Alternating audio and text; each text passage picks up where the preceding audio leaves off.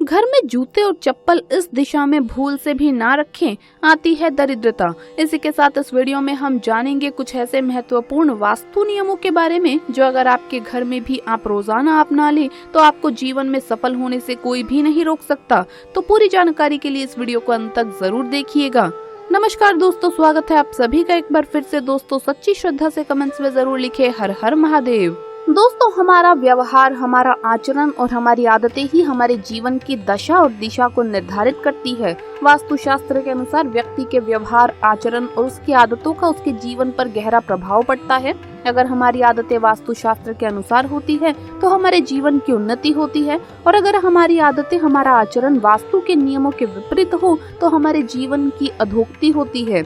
अच्छी आदतों के कारण हमारा जीवन सुखमय बनता है, वहीं बुरी आदतों के कारण हमारे जीवन में दुख, दरिद्रता और कलेश निर्माण होने लगते हैं। हमारे रोजमर्रा के जीवन की छोटी छोटी सी ऐसी कई बातें होती हैं जिन्हें हम छोटा समझकर नजरअंदाज कर देते हैं। आप शायद नहीं जानते होंगे, परंतु सजीव के साथ ही निर्जीव चीजें और उनकी ओर देखने का हमारा दृष्टिकोण भी हमारे जीवन की परिस्थितियों को निर्धारित करता है।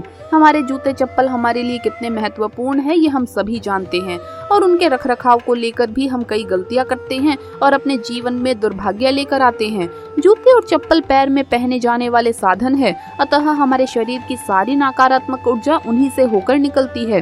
साथ ही हम इन्हें पहनकर कई स्थानों पर जाते हैं जहाँ की सारी नकारात्मक ऊर्जा इनके माध्यम से हमारे साथ घर पर चली आती है, अथवा कई बार हमारा पैर गलती से कई अशुभ चीजों पर पड़ता है जिस पर हम ध्यान नहीं देते।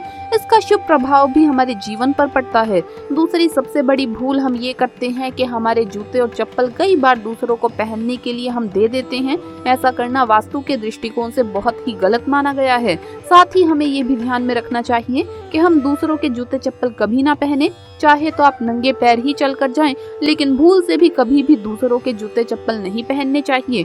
इससे हमारे जीवन में दुर्भाग्य आ सकता है। हमारे वास्तुशास्त्र में जूते और चप्पल से जुड़े कई महत्वपूर्ण नियम बताए गए हैं। इन्हें रखने का स्थान, इन्हें रखने की सही दिशा इत्यादि के बारे में वास्तुशास्त्र में जानकारी दी गई है, लेकिन कई बार हम इस पर ध्यान नहीं देते और जूते चप्पल को घर में कहीं पर भी छोड़ देते हैं, जिससे हमें जीवन में कई परेशानियों का सामना करना पड़ सकता है। आज के इस वीडियो में जूते और चप्पल से जुड़े सभी महत्वपूर्ण नियम हम जानेंगे। तो चलिए देखते हैं जूते चप्पल से संबंधित महत्वपूर्ण आदतों के बारे में। लेकिन उससे पहले हम जानेंगे कुछ ऐसे महत्वपूर्ण वास्तु नियमों के बारे में जो अगर आपके घर में भी आप रोजाना अपना ले तो जीवन में सफल होने से कोई भी नहीं रोक सकता। आगे बढ़ने से पहले आपसे रिक्वेस्ट है कि वीडियो को लाइक करें, अपने दोस्तों के साथ शेयर करें, और अगर आपने अभी तक चैनल को सब्सक्राइब नहीं किया है तो सब्सक्राइब करके बेल आइकन जरूर प्रेस कर लें। दोस्तों नंबर 1, पूजा घर में तो आमतौर पर सभी लोग देवी लक्ष्मी की तस्वीर या मूर्ति रखते हैं, लेकिन रसोई घर में लक्ष्मी की तस्वीर कम ही लोग रखते हैं, जबकि रसोई घर से ही आपके घर का बजट जुड़ा है। इसीलिए देवी लक्ष्मी की तस्वीर रसोई घर में भी जरूर लगा कर रखें। देवी अन्नपूर्णा को अन्न और भंडार की देवी कहा गया है। शास्त्रों के अनुसार जिस घर में अन्नपूर्णा की कृपा रहती है उस घर में कभी भी अन्न धन की कमी नहीं रहती। इसीलिए माँ लक्ष्मी के साथ देवी अन्नपूर्णा को भी अपने रसोई घर में स्थान दीजिए। इन दोनों देवियों की नियमित सुबह शाम रसोई घर में पूजा करें और धूप दीप दिखाइए। इससे आपका भंडार हमेशा भरा रहेगा और घर का बजट और बचत करने में आपको सफलता मिलेगी। नंबर 2, शास्त्रों में गाय को लक्ष्मी का स्वरूप माना गया है, जिसके शरीर के हर अंग में किसी न किसी देवता का वास है। इसीलिए अपनी आदत में शामिल कर लें कि हर दिन एक रोटी गुड़ के साथ गाय को खिलाइए। अगर सुबह सुबह गाय द्वार पर आ जाए तो उसे रोटी या हरा चारा खिलाइए। इससे आपकी आर्थिक स्थिति बेहतर होगी। गाय के अलावा कुत्ता भी ऐसा जीव है जिसे नियमित रोटी खिलाना चाहिए। द्वार पर कुत्ता आकर बैठ जाए तो उसे मारकर भगाने की बजाय रोटी देना चाहिए। इससे राहु, केतु और शनि, इन तीनों ग्रहों के अशुभ प्रभाव दूर होते हैं। इससे पितरों को भी संतुष्टि मिलती है और घर में अन्न धन लक्ष्मी का वास बना रहता है, यानी आपकी कमाई में बरकत होती है। नंबर 3, बड़े बुजुर्गों का मानना है कि आप कितनी भी कमाई कर लें, लेकिन अगर देवता प्रसन्न नहीं होंगे तो आपकी कमाई में बरकत नहीं होती। इसीलिए कहा जाता है कि भोजन बनाने के बाद सबसे पहले कुछ अंश अग्नि में डाल दें। अग्नि में डाल देने से भगवान को भोग लग जाता है और देवताओं तक अंश पहुंच जाता है। यही कारण है कि शास्त्रों में कहा गया है कि भोजन हमेशा शुद्ध होकर बनाना चाहिए। भोजन बनाना भी यज्ञ के समान है, इसीलिए स्नान ध्यान के बाद ही भोजन करना चाहिए। आप चाहे तो ये भी कर सकते हैं कि भोजन बनाने के बाद किसी को परोसने से पहले कुछ हिस्सा निकालकर भगवान के प्रसाद स्वरूप अर्पित कर दें। इसके बाद घर के सदस्यों को भोजन परोसें। ये भी ध्यान रखें कि भोजन हमेशा दक्षिण कोण में रखें।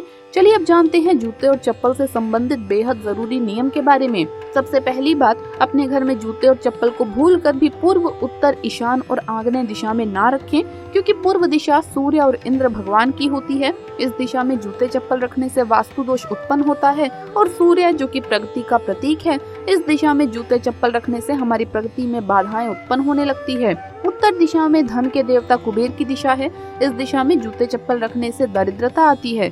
ईशान कोण या ईशान दिशा में अधिकतर सभी लोग अपना मंदिर रखते हैं, अतः यहाँ पर जूते चप्पल रखने से ईश्वर का अपमान होता है और हमें हमारी पूजा का कोई फल नहीं मिलता। आग्नेय दिशा जिसमें हमारा रसोई घर होता है, अतः वहाँ पर भी जूते अथवा चप्पल ना रखें। ऐसे परिवार के सदस्य बार बार बीमार पड़ने लगते हैं। जूते और चप्पल को हमेशा ही पश्चिम या दक्षिण दिशा में रखना चाहिए। घर के बीचों बीच भी जूते चप्पल ना रखें। दूसरी बात, पैरों का संबंध पृथ्वी तत्व से होता है, अतः जब भी आप बाहर से आते हैं तो बाहर के जूते चप्पल को बाहर के बाहर ही उतार दें। उन्हें कभी भी घर के अंदर ना लाएं। इसके पीछे धार्मिक और वैज्ञानिक दोनों ही कारण है। धार्मिक मान्यता के अनुसार हमारे घर में माँ लक्ष्मी का वास होता है और जिस तरह से आप जूते चप्पल पहनकर मंदिर में नहीं जाते, उसी तरह अपने घर में भी ऐसा ना करें। घर को भी मंदिर की तरह माना गया है। हमें घर की पवित्रता को बनाए रखने के लिए जूते चप्पल पहनकर घर में नहीं जाना चाहिए। दोस्तों, इसका वैज्ञानिक कारण ये भी है कि हमारे जूते चप्पल में लगी बाहरी धूल और कीटाणु घर के अंदर आकर हमें बीमार कर सकते हैं। तीसरी बात, घर के मुख्य द्वार पर कभी भी जूते चप्पल का ढेर ना लगा हो। उन्हें स्टैंड पर तरीके से रखें। चप्पल जूते का स्टैंड कभी भी भगवान के मंदिर के पास नहीं होना चाहिए। उस दीवार से सटाकर ना रखें जिस दीवार से लगकर भगवान का मंदिर हो। जूते चप्पल कभी भी अस्त व्यस्त तरीके से बिखरा कर नहीं रखने चाहिए। इन्हें तितर बितर ना करके रखें, बल्कि अच्छे से जमा करके सुव्यवस्थित तरीके से रखें। इधर उधर पड़े जूते चप्पल देखने में तो खराब लगते ही हैं, साथ ही इससे घर में नकारात्मकता फैलती है। अपने पलंग या अलमारी के नीचे या ऊपर कभी भी जूते चप्पल ना रखें। टूटे या फटे हुए जूते चप्पल घर में ना रखें और ना ही पहने। किसी भी शुभ कार्य या इंटरव्यू को जाते समय काले रंग के जूते चप्पल पहनकर जाना चाहिए। काला रंग शनि का रंग होता है और पैरों में शनि का कारक माना गया है। इसीलिए महत्वपूर्ण कार्य को जाते समय काले रंग के जूते चप्पल पहनकर अवश्य जाएं। किसी भी मृत व्यक्ति के जूते चप्पल को भूल से भी नहीं पहनना चाहिए।